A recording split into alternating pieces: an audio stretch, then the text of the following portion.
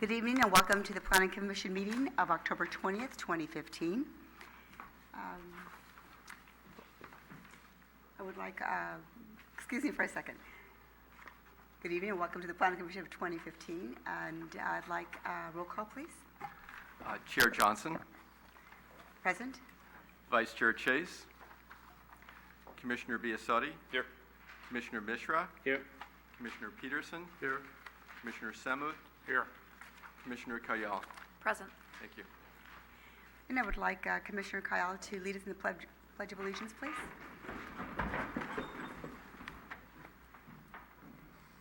I pledge allegiance to the flag of the United States of America and to the republic for which it stands, one nation, under God, indivisible, with liberty and justice for all. Thank you. Next item on the agenda is approval of the minutes. I move the minutes be approved. Second. All those in favor? Aye. Aye. Opposed? Motion carries. And the next item is introduction of our new planning commissioner, and our David DeWaltering will be doing the introduction. Okay, Chair Johnson, I'm very, very pleased to introduce our new Planning Commissioner, Marie Kayal. Marie was appointed to the Planning Commission by the City Council at their last meeting on October 13th. And Marie has served the city on the Crime Prevention Committee until just recently with this appointment. Since her appointment by the City Council, City Clerk Carol Bonner has sworn Marie in, so she's formally a commissioner. We did an orientation, so she has a stack of materials to review, and she joins you tonight, and I believe she's prepared to formally participate in her first meeting and participate with you by taking action. So we welcome Marie tonight. She's a 5.5-year resident of the city of San Bruno, and welcome. Thank you. Thank you. On behalf of all the commissioners, we do welcome you. Thank you. Okay. Before we go on, I didn't indicate that staff reports are on the back of the table. And in home viewers, you can actually see those on the sanbruno.ca.gov. And all Planning Commission meetings are recorded and also replayed on Thursday at 2 o'clock. And also, if you can please silence your phones, and if you're going to take any phone calls, to please step outside the chambers when taking phone calls. And that we ask that you please address all questions to the Commission. Okay. Communications. Chair Johnson, there are no additional communications this evening. Thank you. Welcome. This next item is a time where anyone in the audience can step forward and speak to anything that is not on the agenda. Is there anyone from the audience who wishes to address the Commission on any items that are not on the agenda? All right. We'll go on to the next item, which is conflict of interest. Is there anything within the agenda that is a conflict of interest for any of the commissioners? Okay. So the first item is 1230 El Camino Real, Suite Q. It's a request for use permit to allow alcohol beverage sales in conjunction with the restaurant per chapters 12.84 to 10 and 1296, 190C of the San Bruno Municipal Code. Staff report, please. I'm Paula Bradley, the project planner, and this project is at 1230 El Camino Real in the Town Center Shopping Center. It's a request for a use permit to allow wine and beer sales in an existing restaurant. And the applicant is not proposing any changes to the restaurant, no interior changes. It will remain exactly as it is. Currently, the only change would be that it would have the license to sell wine and beer with food. The restaurant does not include any separate rooms or bar area, and it's actually glass exterior. It's visible from the public or shopping center sidewalk. So the project is in a planned development district, so the only thing that's required is the use permit for the alcohol sales. There was a previous permit approved for the the business, which is the La Salsa Fresh Mexican Grill. It's the same business with the same layout as was approved in previously. And staff has not received any comments from the public on this project. It was continued from the September 15th Planning Commission. The police department has reviewed the application and conditions from the previous permit, and conditions of approval for the permit have been added. So if this permit is subject to review if there's any issues with any kind of nuisance resulting from the alcohol sales. The planning director can call the permit back to Planning Commission for review. And that concludes my presentation. I'd be happy to answer any questions. Thank you. Thank you. Are there any questions for staff? Through the chair.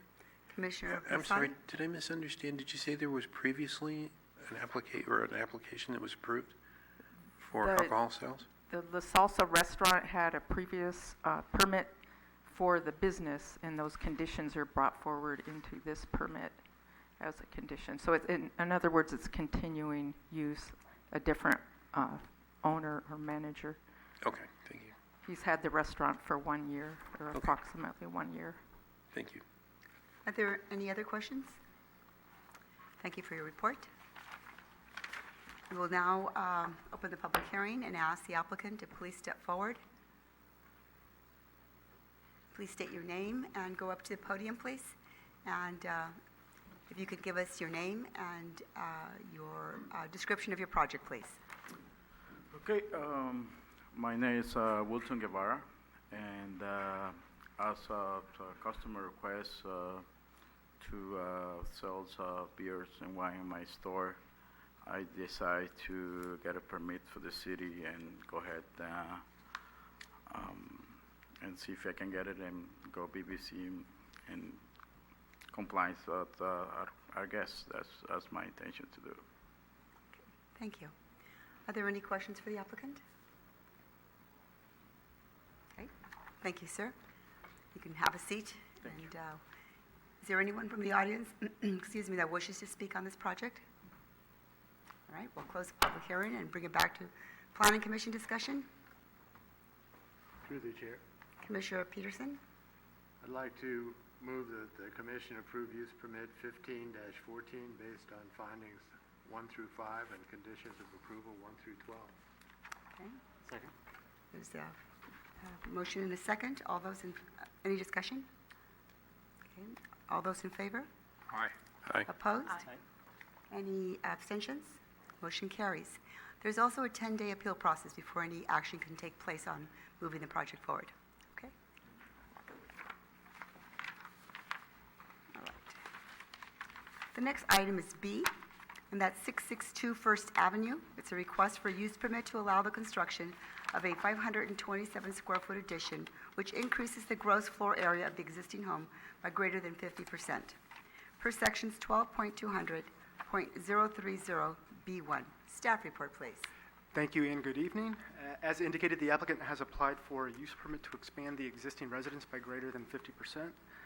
The site itself is located on the east side of First Avenue between Pine Street and Angus Avenue East, and is currently developed with a one-story single-family dwelling.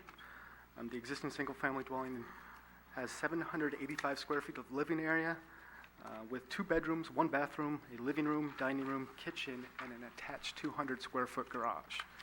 The proposal before us tonight is for a 527 square foot addition to the rear of the existing single-family dwelling. That addition would include 2 bedrooms, 1 bathroom, and a family room. If approved and constructed, this would be a 4-bedroom, 2-bathroom home with a total floor area of 1,512 square feet. The project was reviewed by the Architectural Review Committee at their August 13th, 2015 meeting.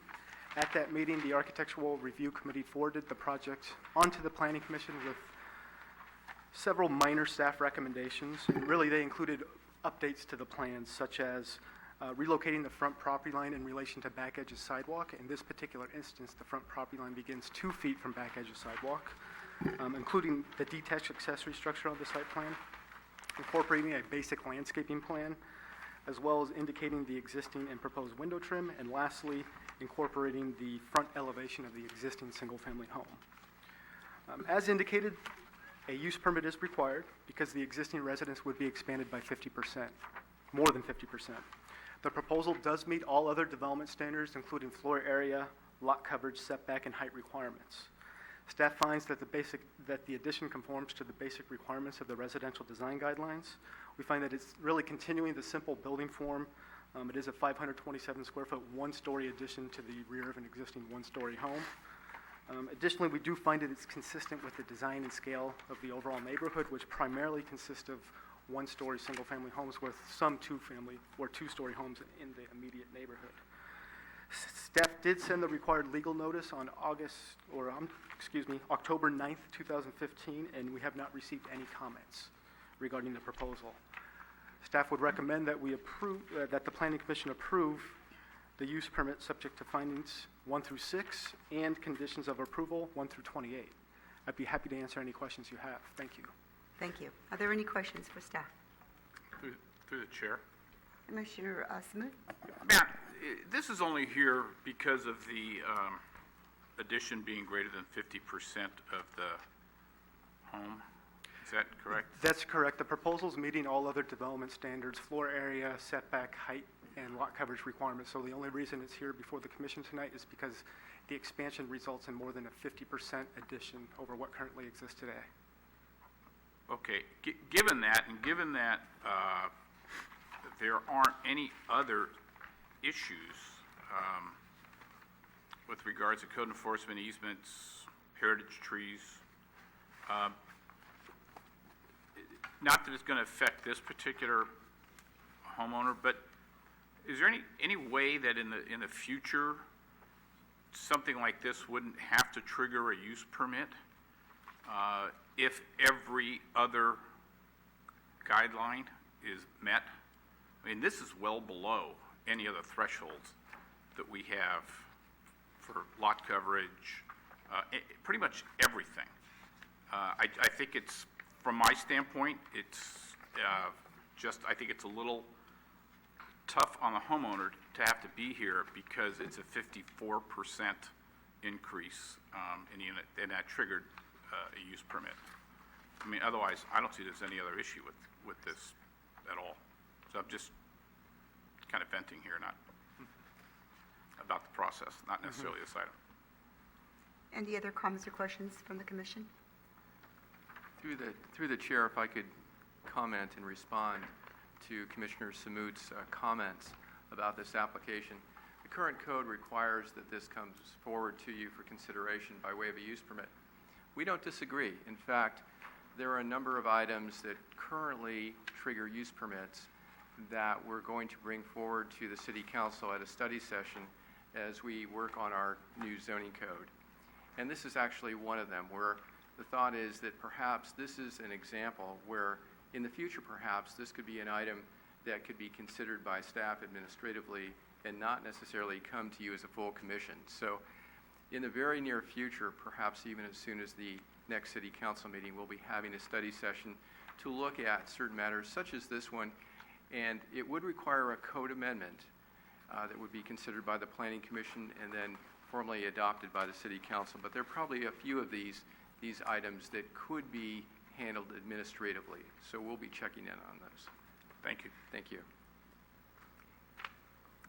Okay. Through the chair. Commissioner Peterson? Oh, excuse me. You, Not yet. no, you can speak. Please go ahead. Good evening, Commissioners. My name is Javier Solorzano. I'm the applicant for this project. To answer Commissioner Samoot's question, in this particular case, it was something so minor, and the only reason was in order for us to retain one of the existing bedrooms, we had to do kind of a cutout to the addition, thus us having to add a little bit more to the side of the addition, and that increases by 4%. As I understand, the next project on today's agenda, it's a similar case as ours. They're just increasing like by 4%, so minute, and they meet everything else. So I think that Commissioner Samut has a very good point. Having said that, like I said, our project is a really small addition to the rear, one story. I think it's very much in compliance with the development in that whole area. And again, the only reason why we went beyond the threshold of 50% was in order to allow that bedroom to continue in existence, the existing bedroom. Any other questions? Mr. Chair, Commissioner Mishra? I have a question about the proposed floor plan, the exit from the garage, and the entrance to the house from the back. There seems to be a dead space, and I'm wondering if that was considered as part of the architectural review, or does staff have any opinion on that? That's an existing door that's there. If that would be one of the issues that the commission have to reconsider this, I'm pretty sure that the owner is present here. We could close it up. There's another door in the front of the garage to enter into the kitchen directly. Okay. I think that's more of a utility door, just in case you have a lawnmower or whatever, you bring it into the backyard rather than having to walk all the way around to the front of the garage.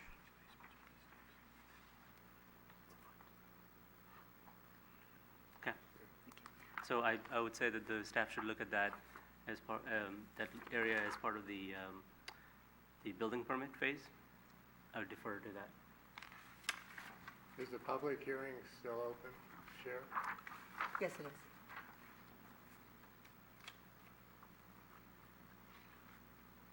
Do you have any additional questions, Commissioner Peterson? No, I have a question for staff Okay. after the public hearing. I have one last question Yes, ma'am. for you. And I was able to view the property, and I was reviewing the back. There's a shed in the back. Yes, The owners indicated that it's just for storage. correct. Is that shed going to remain? Yes, that's what we're hoping on. And I didn't look towards the back of it to see what the space was behind it, but I'm going to give that direction to staff to take a look at that to be sure it meets all requirements. yeah. Okay. Yeah. They just recently, about a year and a half, purchased the property, and that shed was already there. So, but again, it's one of those items that if that became an issue, in order to get this additional approved, they'll take it out. It didn't appear to be. Everything seemed to be, the owner did not know exactly where the line was, where the property was going to come out, but it didn't, the architect, oftentimes the designer has those specifics. And they graciously showed me all the areas. Sure. Thank you. All right. Thank you for your, Through the chair, I do Commissioner have a Peterson? question. The Architectural Review Committee, they ask about, just a minute, let me find it.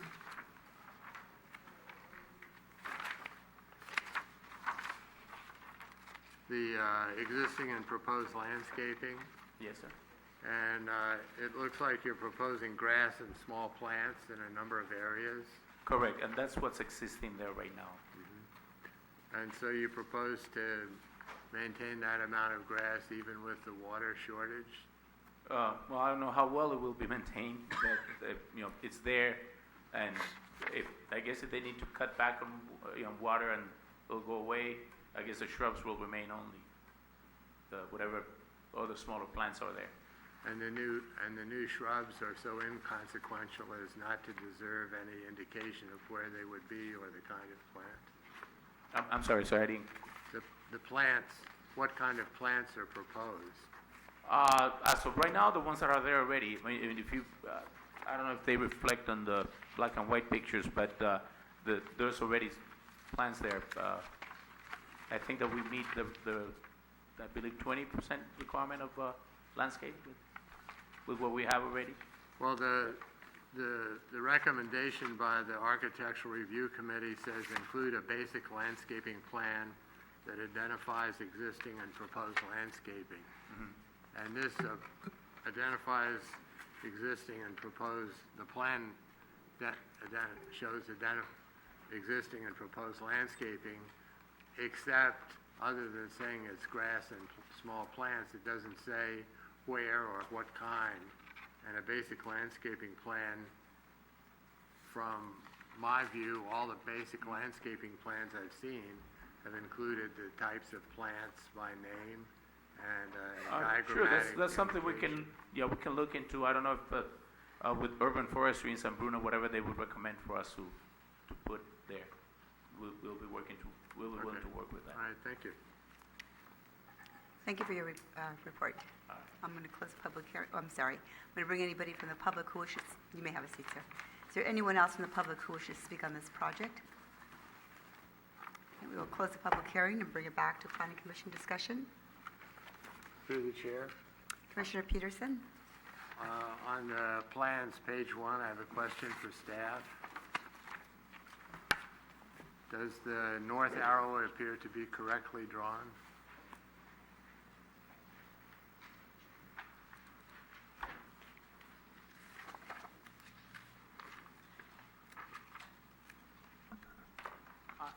I believe that is probably an error within the plans.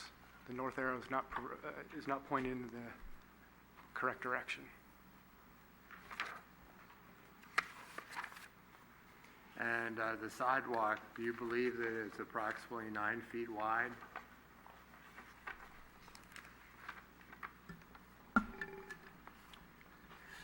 In this particular scenario, if you looked at the Exhibit B within the staff report, you'll see that there's the curb, then there's a landscaping strip, then there's the actual sidewalk. So in this particular instance, it may actually be, well, here it's showing 11 feet wide. Staff did not verify that in the field, but I would assume that it's somewhat close to that dimension as represented in the site plan. Really? Through the chair, if I could add, it looks like in terms of the dimensional callouts that it's indicated to be 11 feet, I think, from curb, including the planting strip and the sidewalk. Commissioner Peterson, what we can do, and be happy to do this, we can take a look at this site plan diagram.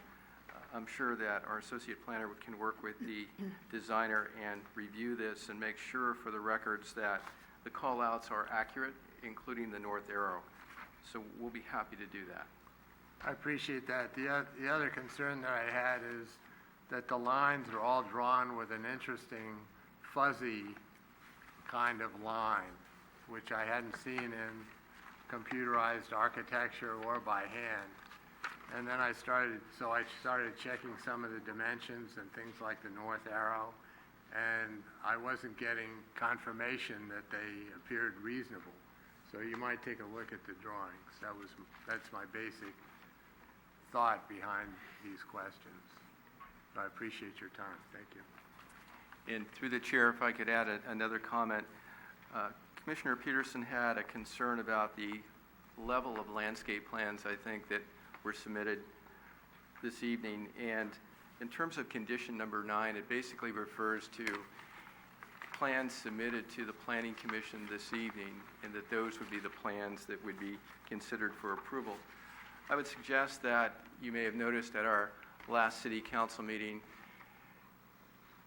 Councilmember Irene O'Connell presented some xeriscaping plans that were quite excellent about what people here in this community have done in terms of landscape treatments, and we have a copy of her PowerPoint.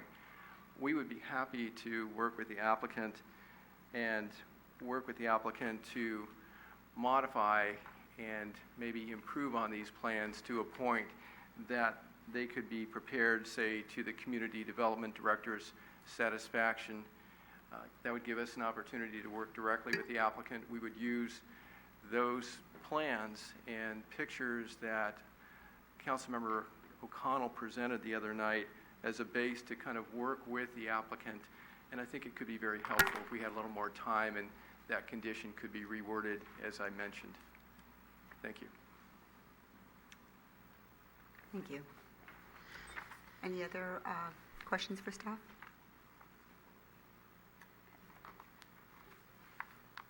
No other questions? Is there a motion? Yep, through the chair. I will make a motion that we approve use permit 15-008 based on findings of fact 1 through 6 and conditions of approval 1 through 28. Is there a second? Through the chair, I'd like to Mr. second, Peterson? but I'd like to ask a question first. Did the motion maker mean to include a provision in the condition 9 that the landscape plans be made to the community director's satisfaction? Sure, that's exactly what I meant. Okay, I'll second that. Okay then. Any discussion? All those in favor? Aye. Opposed? Any abstentions? Motion carries. There is a 10-day appeal process. What that means is no action can take place until that 10-day passes. Thank you.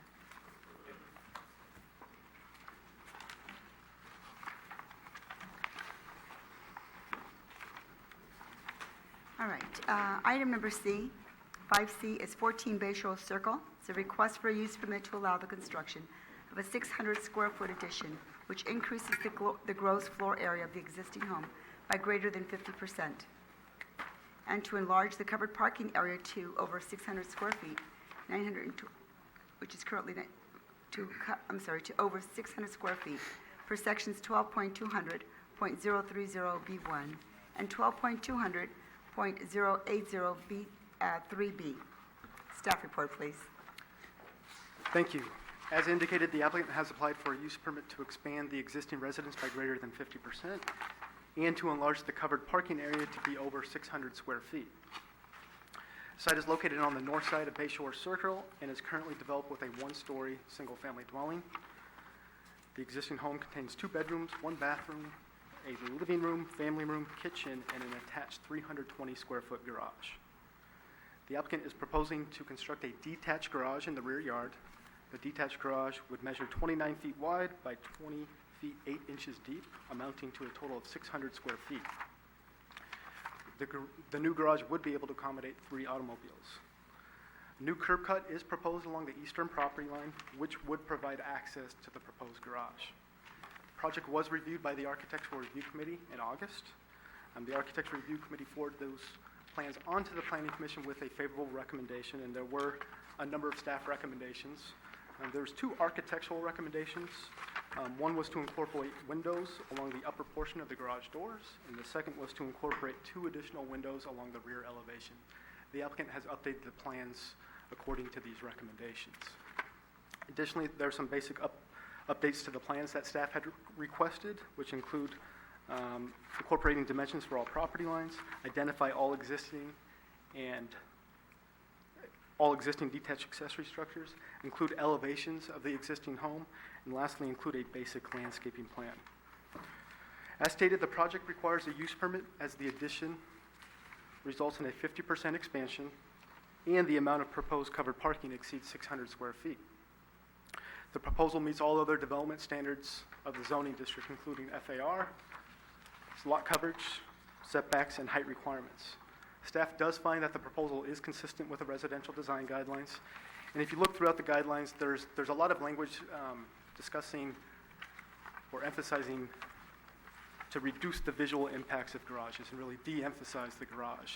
And in this particular instance, staff finds that the applicant has incorporated a number of design measures to really de-emphasize the garage. Most importantly, the applicant is proposing to locate this garage 72 feet back from the front property line. Additionally, I'd like to point out that the garage is broken into 2 different segments. One segment would contain a 1-car garage with a garage door measuring 8 feet wide. The second segment would contain a 2-car garage door measuring 16 feet wide. As previously mentioned, the applicant has incorporated windows along the upper portion of the garage, thereby providing a little bit more architectural interest.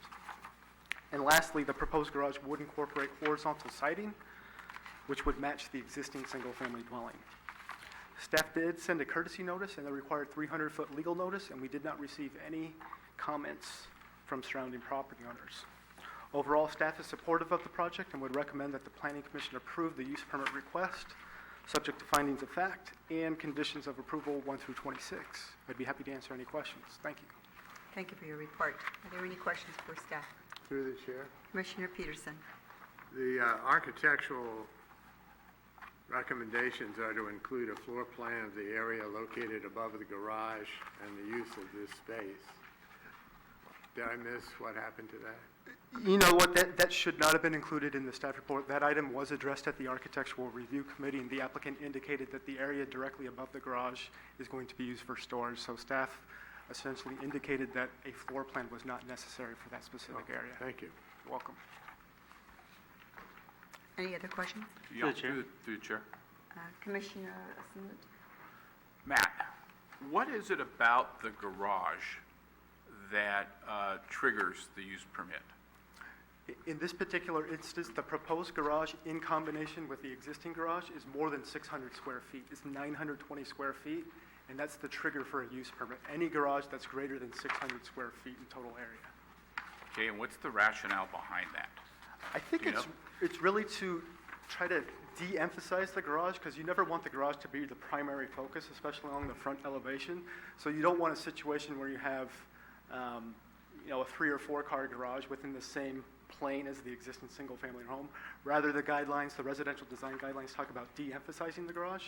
And staff finds that with the location of the proposed garage being located 72 feet from back edges, from front property line, and with some of the architectural elements that have been incorporated, that they really are de-emphasizing the garage in this particular case. But it's still part of the use permit. I mean, even though it's not part of the front facade of the house, it's all the way in the back, and you're really taking a lot of cars off the street between the size of that garage and the length of that driveway and the existing garage. But that still triggers the use permit? Correct. Okay. Through the In chair. my world, a big garage is a good thing, so, okay. Through the chair. Commissioner Peterson? I might throw a little light on this 600-foot garage issue. A number of years ago, say at least exceeding 10 years, there was a garage space created in a home, a plan to put a garage space in a home in the northwest of San Bruno. And it received such concern among the community that the council passed this part of the ordinance that restricts the size of garages. And the general concern was there was going to be a tremendous amount of rolling stock on the property and a tremendous amount of garage doors looking at the public in a residential district. So that's where this came from. Thank you for that information. Thank you, sir. Through the chair. Commissioner Mishra? Matt, could you explain why this application has all these conditions of approval, such as planting a tree, smoke detectors, spark arresters, and is this all necessary for the existing property? I'm trying to understand why are there almost 26 conditions of approval? So we did remove some of our standard public services conditions, but the ones that are included within the staff report are required per the municipal code. So a tree planting is required for this specific project. Additionally, these are our standard conditions of approval from the fire department. So they would be requesting, if the smoke detectors are not hardwired, that they would be as a result of this project. So the hardwired smoke detectors that are in the house are required as part of Correct. this garage extension, even though the structure is not being touched? Correct. Okay. Any other questions? Yeah, through the chair. Commissioner Biassatti? Typically, in architectural review, we ask that the materials for the roof and the colors and all that's going to match, when they do an addition. I don't remember seeing that, and I don't remember asking that. Are the proposed materials and colors and finishes going to match the existing house? Yes, that's the applicant's intent. In fact, the applicant recently obtained a building permit to do a number of interior modifications as well as exterior modifications where they replaced the existing finish on the home with horizontal board, and the intent is to match that existing finish and color. Thank you. Any other questions? I just want to state for the record, I had the opportunity to visit the property, and I did see a new roof, new gutters, new siding, new materials, and it was completely modern and up to date. So I would expect that they're going to, they indicated to me that they would match the existing. However, we'll certainly bring the applicant up and they'll speak to that. But I wanted my peers to know that I actually did see the newness of that project. Right. There are no other questions. Thank you for your report. Thank you. And we'll open the public hearing. Bring the applicant up to speak to your project, please.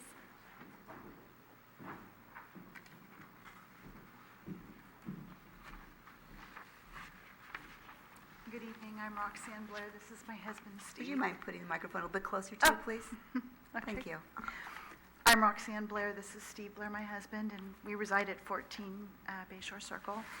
And we're excited to build a garage. We've already made some effort at taking down a couple of the sheds that were there that were storage. And we're almost ready to tear the other two down this weekend. We definitely have put a lot of money into the renovation, as Commissioner Johnson just said. For the garage, we plan to match the siding to the house. The roof will be matching this. It'll be the same tiles.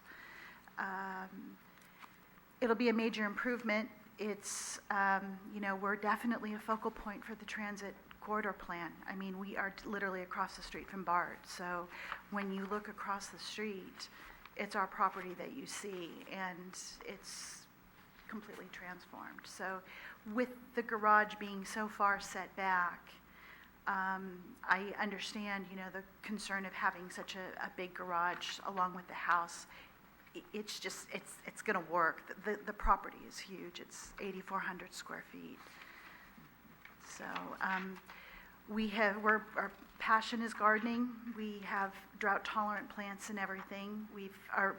Our lawn that we had before we started the project of the renovation was weeds, but we kept it mowed and trimmed, and we'll be pulling all of that out and doing a complete drought-tolerant landscape, and continuing to plant drought-tolerant in the back. We had a lovely cactus and succulent garden that I've taken in pieces apart and repotted so that when the plan goes forward and we build, we can reestablish it, because it'll be in the area where the garage will go.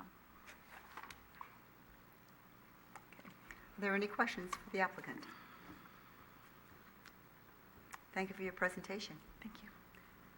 Are there any members of the public who wish to speak on this project? Close the public hearing and bring it back to Planning Commission discussion. Through the chair, Commissioner Peterson? I move that the Planning Commission approve use permit 15-9 based on findings 1 through 6 and conditions of approval 1 through 26. Second? All those in favor? Aye. Opposed? Any abstentions? Motion carries. There's also a 10-day appeal process before projects can move forward. All right. The next item is city staff discussion. So, Chair Johnson and Planning Commissioners, first I'd like to just invite 3 volunteers for our Architecture Review Committee meeting in November. And at that meeting, we're tentatively looking at bringing the hotel project, the Crossing Hotel project, forward at that meeting. So I think what you're going to notice is that over the next few months and ongoing, some larger, more substantial projects are going to start coming before the Planning Commission.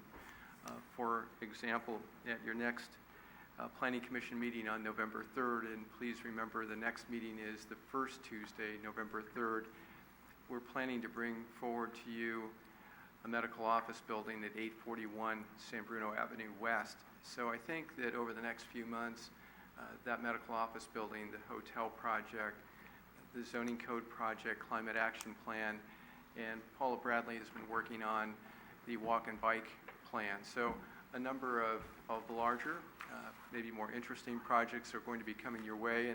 And I think, Commissioner Samut's comments tonight about a couple of items on the agenda are acknowledged. And in fact, in terms of the listing of items that require use permits currently for the Planning Commission to consider, the two we had tonight are among several that actually will be bringing forward to the City Council to get their feedback in terms of, as we work on the new zoning code update, are those items, the 600 square foot garage or larger, the 50% expansion of FAR below, I should say above a certain level, a number of other items, are those items that either we should be looking at the thresholds or perhaps delegate to staff for an administrative review. So that'll be part of our discussion with council and then part of work on the zoning code update over the next few months. But for right now, if we can get 3 volunteers for the upcoming Architecture Review Committee meeting on the 12th. So we've got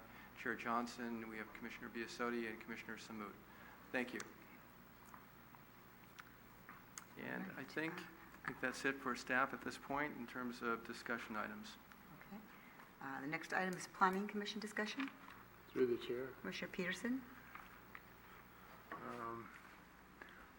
With this evening's staff reports, I looked at them, and as I read the first one, I looked for the information I usually expect to find, and it wasn't where I was looking. I found that on closer examination, the report, staff report format in tonight's packet has changed in literally dozens of ways from the previous 20 or 30 years, which has had the same report format. Right. And I have some questions about that. You know, if I could, maybe I could just, talk to you a little bit about that as a commission. I think as we looked at that format that we've been using, there are a number of redundancies. In fact, we found that, whole sections were repeated sometimes 2 or 3 times. So the general direction and objective was to try to make sure that the commission and public would have the information that you would need, but not repeated 2 or 3 times as we found the prior format to have.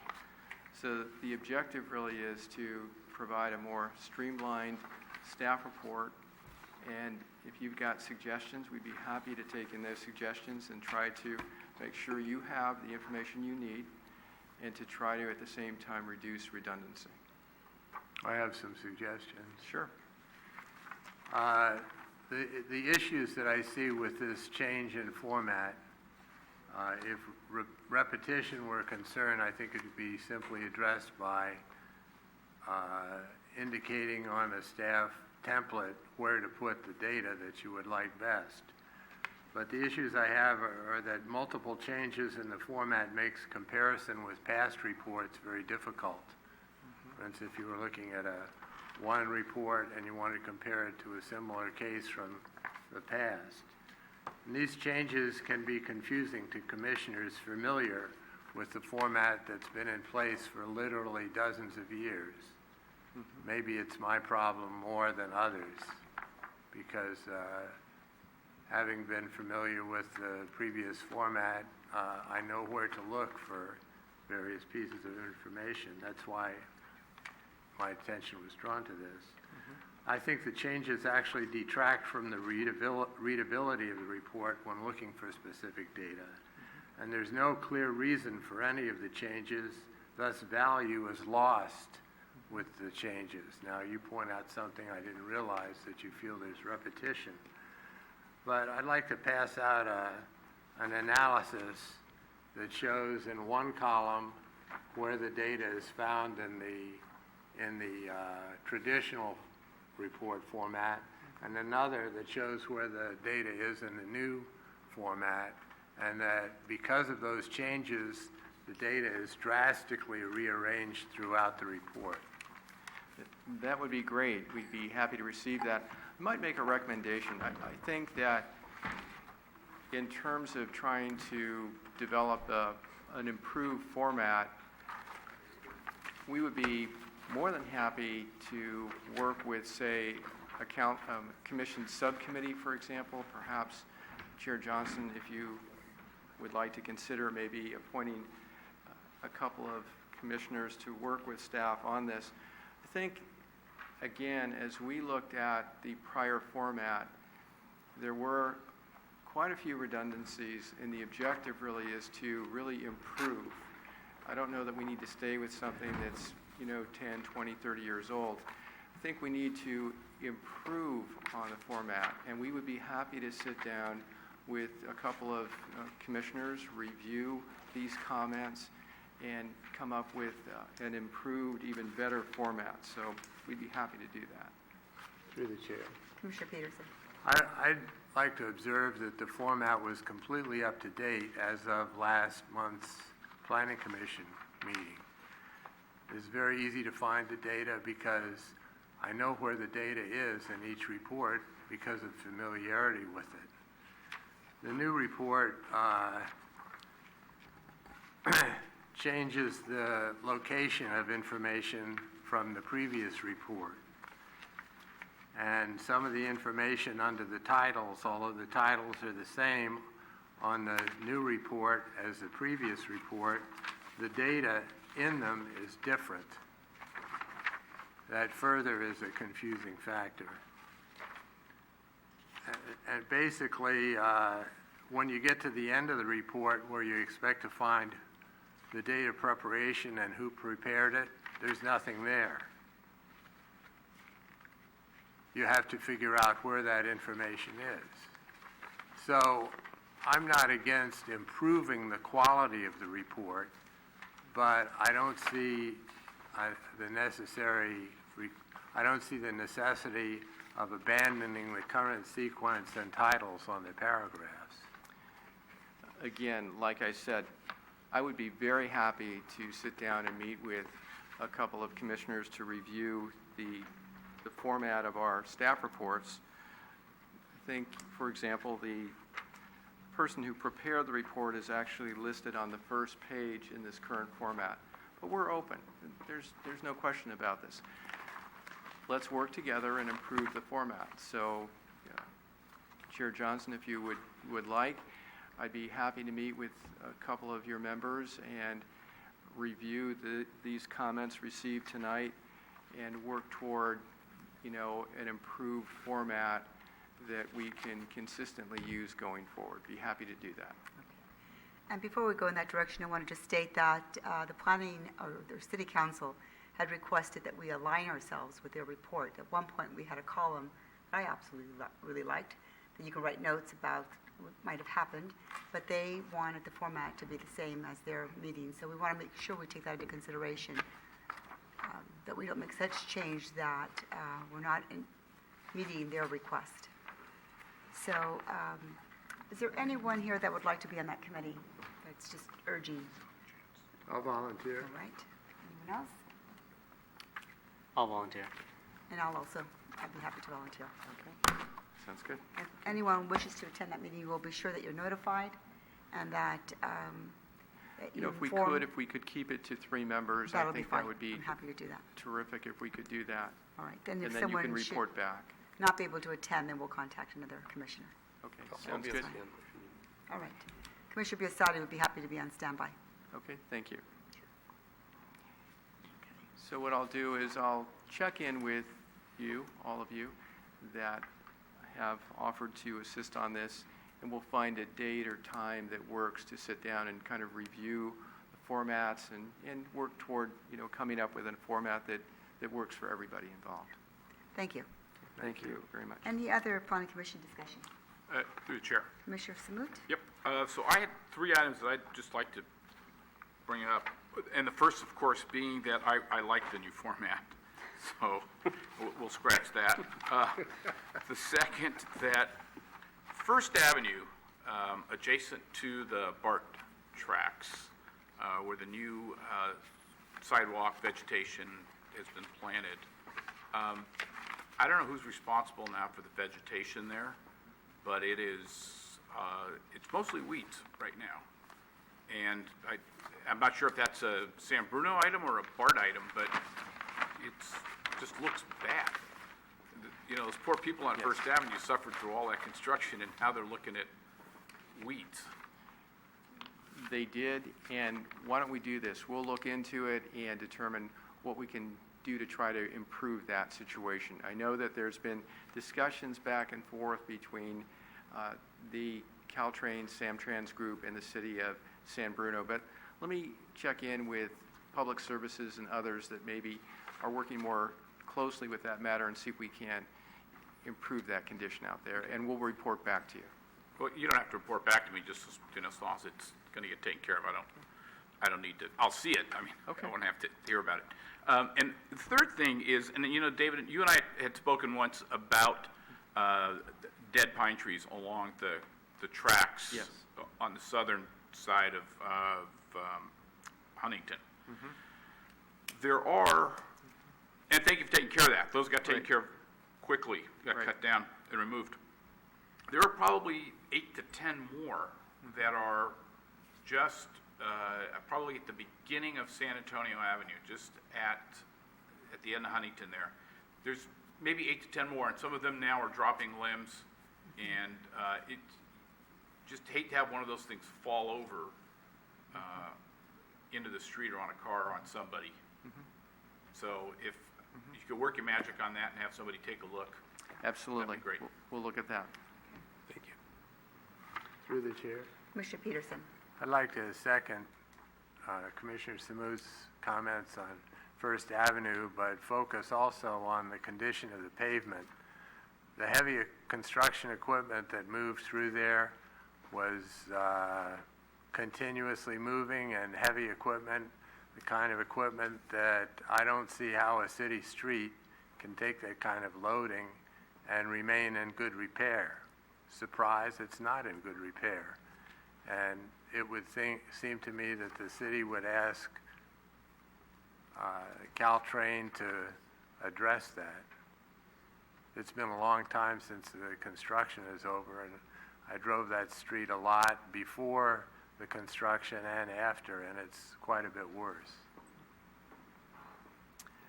We agree, and again, there's been some discussion back and forth between Caltrain, Samtrans, and the city, but we'll look into it and see what we can do to try to address that matter. Appreciate it. Thank you. Through the chair. Commissioner In Posada. regards to Commissioner Peterson's comment, I believe that was a condition of approval for that project, that the streets be repaired upon completion of the project. So if you could look into that, that would be awesome. We will do that.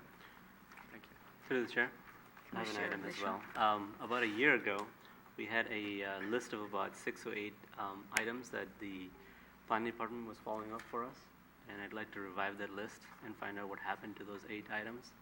One of them being the White Way, one-way street. It's behind that was forwarded to the TSPC, and I'd like to know what happened to that. There are 6 other items that I can probably dig up, but I'm sure you have that list. I'd like to see that list every 3 months to make sure we're moving forward.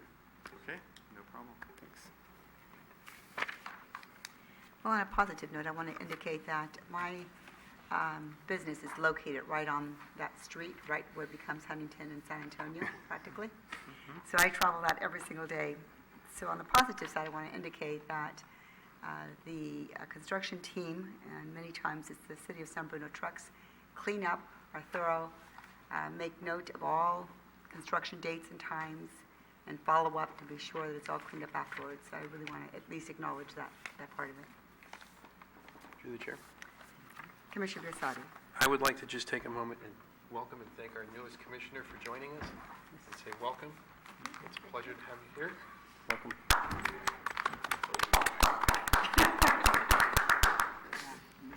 Through the chair.